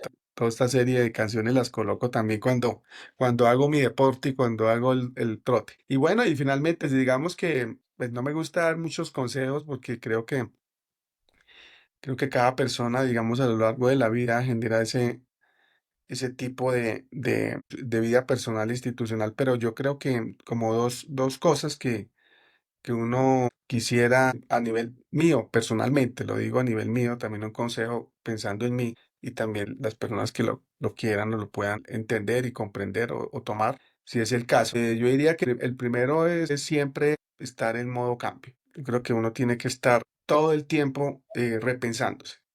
No puede pasar un día desde que uno se levanta y se mira al espejo, siempre pensar que puede ser el último día, pero el primer día de su vida. Usted se para y se mira al espejo y usted dice, este es mi primer día". Y cuando uno piensa que es el primer día, usted sabe que lo nuevo siempre, cuando uno arranca algo nuevo, siempre lo hace perfecto. Trata de hacerlo perfecto. Está demostrado en los temas de conducción de vehículos, se lo decía alguien, los que menos se accidentan son los aprendices, los que más se Sí. accidentan son la gente que tiene ya experiencia en el volante. Sí, entonces yo creo que pensar que es el primer día, pero también el último, si uno piensa que es el último, uno también trata de hacer lo que más puede hacer, porque finalmente deja un legado. Segundo, yo creo que siempre pensar en forma de legado. Todos nosotros dejamos un legado, tanto en nuestras familias, en nuestros amigos, en nuestros hijos, sobrinos, en la gente que nos rodea. Uno siempre deja legados donde va, y si uno se pone en función de pensar cuál es el legado que uno quiere dejar cuando uno ya no esté. ¿Cómo quiere que lo recuerden a usted cuando usted ya no quiere, cuando usted ya no está en esta vida terrenal? Entonces, siempre tener ese pensamiento de que usted, independiente de donde esté, ya sea en la policía, en las fuerzas militares, ya sea en la vida ya civil, en la vida privada, usted siempre está dejando legados. Usted no sabe a quién le deja un legado en una conversación. No sabe, por ejemplo, lo felicito a ustedes porque este podcast es potente y yo invito a todos también a seguir escuchando esas historias de vida porque ahí hay legados y no sabe uno quién lo va a escuchar, quién va a tomar esas ideas y quién va a utilizarlas para el bienestar de su vida. Entonces, ese, digamos, es otra forma que yo he pensado que debemos seguir repensando nuestro legado. Y pues tener una vida sana, yo creo que siempre practicar el deporte, comer bien, los vicios son, la vida no puede ser viciosa en el sentido de que hay algunas cosas, unos temas que tienen límites. Uno puede hacer de todo en la vida, pero sin exagerar también, sin volverse tan radical en la vida, sin volverse tan radical, porque yo creo que la vida a uno le va enseñando que es importante que si uno quiere producir más, debe mantener un equilibrio como en esas cuatro dimensiones de la vida, ¿no? En la vida intelectual, en la vida espiritual, en la vida, digamos, socioafectiva, en la vida laboral. Digamos que eso, si uno mantiene esos equilibrios en la vida, le va a ayudar mucho a dejar esos legados y a ser mejor persona, mejor seres humanos, que es lo que uno intenta hacer y logra hacer a lo largo de la vida, es que ser buenos seres humanos porque hay que seguir sirviéndole a la misma sociedad donde uno está. Sama, Profundos, yo vuelvo y se lo digo, mira, no lo vaya, no lo vaya a tomar. eh, eh, en- Hay una palabra muy usada a veces, que es ese, está ahí haciéndole cepillando, 20 sillas. cepillando. Sí, sí, sí, porque nunca ha sido o nunca fue mi forma de trabajar, pero estoy con la cabeza llena de muchísimos temas en este momento. Lógicamente estamos haciendo nuestro proceso también de evolucionar y de constantemente estar aportando a la sociedad, aportando a mi familia, aportando a mis amigos, aportándome a mí también, reformando mi ser, buscando nuevos escenarios. Y ahí quiero llegar a uno de los tantos consejos que ha dado mi general el día de hoy, es el de repensarse sin importar la edad. Para mí es un punto que lo extracto y lo saco de toda la conversación, para dejarlo visible en este momento de cierre, y es que hemos hablado con muchos veteranos, mi general, que se han ido en diferentes grados, en diferentes momentos de su vida y entonces, consecuentemente, en diferentes edades. Ninguna de esas edades es, es, em, es limitante para que la persona tome la decisión de iniciar a aprender un nuevo idioma, a estudiar nuevas habilidades, acceder a nuevos escenarios laborales, ¿por qué no sentimentales? ¿Por qué no familiares? Tantas cosas que puede uno empezar a construir en el momento en que decide pasar al otro lado del uniforme. Y lógicamente todo eso que se está sucediendo allí, estar sustentado en permanentemente estar estudiando algo. Sí, permanentemente estar leyendo un libro, analizando un artículo, em, leyendo o asistiendo a unas conferencias de actualización de X tema que le guste en particular a la persona, un diplomado, bueno, algún tipo de estudio. Esos dos puntos son clave, aparte, pues obviamente todo lo que hemos hablado el día de hoy. Creo que para mí, como veterano, quiero resaltar esos dos puntos de la entrevista. Lógicamente, mi general entendiendo, y vuelvo y se lo digo, que desde el momento cero de la entrevista hasta este momento, absolutamente todo lo que hemos hablado es de un nivel de enriquecimiento superior. Muy agradecido, mi general, por sus palabras. Estoy seguro que las personas que vayan a ver el podcast, los que vayan a, no en, digámoslo que en el momento en que lancemos el episodio, sino en diferido, en diferentes momentos, y que esto queda en YouTube, queda montado para la posteridad. Hay gente yo a veces veo lecciones de inglés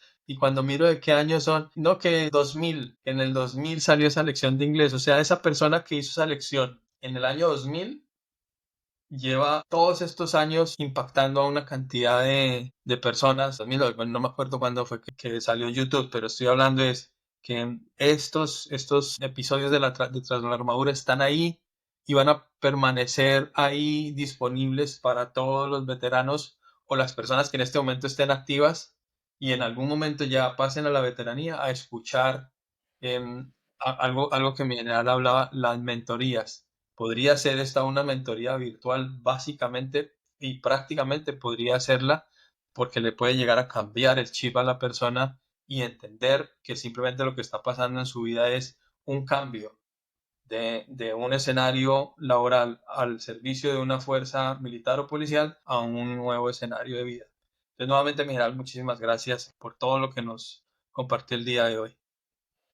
No, Sama, creo que no pudiste hacer una mejor conclusión. Por mi parte, la reflexión que hago o con la que me quedo de Luis, que claramente impacta para mí y me gustaría transmitirle a la audiencia es, tengo un backpack liviano, tengo un equipaje liviano y esté usted mismo en una reflexión constante de transformación. Nunca, a mí no me gusta como, ¿cuándo eres tu mejor versión? No puedes tienes mejores versiones temporales, pero no puedes decir, esta es mi mejor versión, porque si tú dices, esta es mi mejor versión, estás dando fin a un proceso de transformación. Hoy soy la mejor versión de hoy, pero mañana tengo que ser una mejor versión de ayer, que es un poco de todo el concepto de transformación que nos habló Luis. La resistencia al cambio. La resistencia al cambio es institucional, pero la resistencia al cambio también es interna, ¿no? Y metafóricamente colocamos siempre usamos el tema del azúcar, ¿no? En la todo el mundo habla de dejar el azúcar. Es que hay que dejar el azúcar es la fuente de cáncer. Y bueno, y todos hablamos. Pero cuando te pones frente al azúcar, usted dice, de pronto esta no.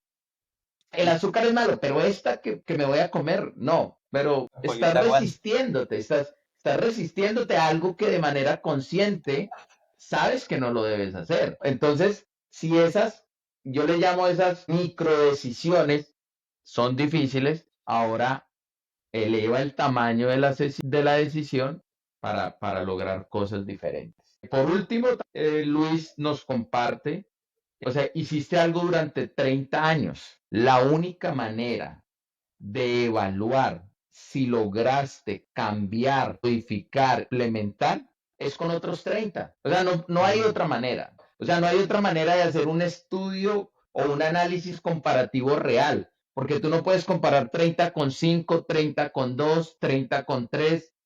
días, años, no, solo puedes comparar 30 con 30, no puedes hacer algo diferente. Entonces hay que construir los siguientes 30 de una manera inteligente a la que construiste los primeros 30, con tranquilidad, con esa mentoría que dijo Luis, porque cuando tú entras a las instituciones hay mentoría del teniente que te marcó, del otro que te marcó, de cómo tú marcaste otros, y en la vida ahora en este sector, pues hoy estás regalándonos esta mentoría de esta nueva vida para un nuevo proceso, lo cual significa que hoy, haciendo una analogía para los veteranos, hoy eres nuestro alférez de la veteranía, pero no significa que ya hayas terminado tu carrera de veterano tampoco. Estás siendo el alférez de los veteranos, pero todos tenemos que continuar moviéndonos, ¿no? Moviéndonos en esa carrera veterana. Entonces, esa es como una reflexión. A Luis, una gratitud enorme. Gracias por contar tu historia. Gracias por mostrarle a esta comunidad de veteranos, a esta comunidad de Colombia, y ojalá también nos vean allá en esa comunidad en República Dominicana. El presidente le dé like al comisionado. Sí, dale like aquí, porque es la visibilización de cómo Luis impactó una sociedad, transformó una sociedad en Colombia y hoy está ayudando a impactar otra sociedad a través de un único, que es lo que yo rescato, a través de un único sentimiento genuino de los veteranos, militares y policías, y es servir a través de nuestras habilidades. No sé si Luis quiera regalarle un último saludo, una última despedida, una última invitación a la comunidad, por favor. No, a toda la comunidad de veteranos, gracias John y Samuel. Primero por este importante espacio, muchas felicitaciones. Y a todos los amigos, y todos los compañeros, todas las personas que hoy en día están en las instituciones militares, policiales, y no solamente de Colombia, sino del mundo entero. Creo que el uniforme, mientras estamos en servicio activo al servicio de los ciudadanos, y cuando ya no estemos, que todo eso que aprendimos, todo ese legado que nos dejaron las personas con las cuales estuvimos, las vivencias con las cuales nos enseñaron muchas cosas, que las sigamos poniendo al servicio de la sociedad, de las comunidades, porque finalmente esa es una vida de servicio público, como lo dice usted, John, una vida llena de servicio también, que puede impactar la vida de las personas, de las nuevas generaciones, de las futuras, seguir construyendo sociedad a partir de lo que nosotros construimos, aprendimos y con mucha esperanza, ¿no? Creo que el mensaje también es que los tiempos que vivimos son complejos, cada día percibimos que hay más complejidad, pero yo creo que nos deja esa audacia, nos tiene que dejar esa audacia en cada uno de nosotros para seguir enfrentando todos estos rigores y todas estas crudezas de la vida, porque es la única forma como uno enfrenta los rigores de la vida es con una vida llena de servicio público y con una vida llena también de esperanza, que es muy diferente al optimismo, ¿no? Una persona optimista es positiva, pero el esperanzador, a diferencia del optimista, siempre parte de estos momentos cruciales de la vida del ser humano, de la sociedad, que le van a servir mucho para seguir pensando en un mejor futuro, porque eso es lo que queremos para nuestro país, eso es lo que queremos para el mundo entero, que tengamos un mejor futuro y nosotros, como seres humanos, independiente de lo que hagamos, hoy en día como veteranos, ya sea en la vida particular, vinculado al sector privado, a la academia o en la vida del sector público, tenemos grandes oportunidades para seguir aportándole al futuro. Nunca termina el aporte que nosotros le hagamos a nuestra sociedad, a nuestras familias y sobre todo a los diferentes grupos sociales con los que nos relacionamos permanentemente. Muchas gracias, John y Samael, y verdad que un cordial saludo y seguimos multiplicando este espacio. Tras la armadura es un espacio que va a seguir creciendo, estoy seguro, y va a seguir cambiando mentalidades y ayudándole a las personas a ser mejores. Luis Ernesto, muchísimas gracias de corazón a la comunidad. Recordarles que estamos en YouTube, Instagram, Spotify. Compartan el contenido, suscríbanse al canal de YouTube y dejen sus comentarios. Pueden dejar un emoji, pueden dejar un gracias, pueden dejar cualquier comentario valioso porque ayuda a que el algoritmo reconozca como un contenido de valor estos aportes entre la armadura. Seguimos con el compromiso de visibilizar historias de veteranos, porque todas las historias merecen ser contadas. Recuerden que en el libro de la vida de todo militar o policía, el servicio o la milicia es tan solo un capítulo, no es toda la historia. Aquí tratamos de contar la resiliencia desde historias materializadas en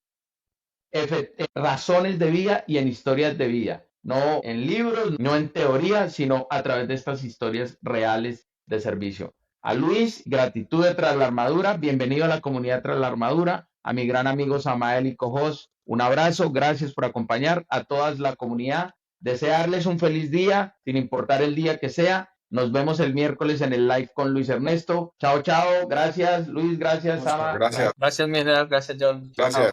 Sombras de la guerra y el dolor se levantan héroes sin temor.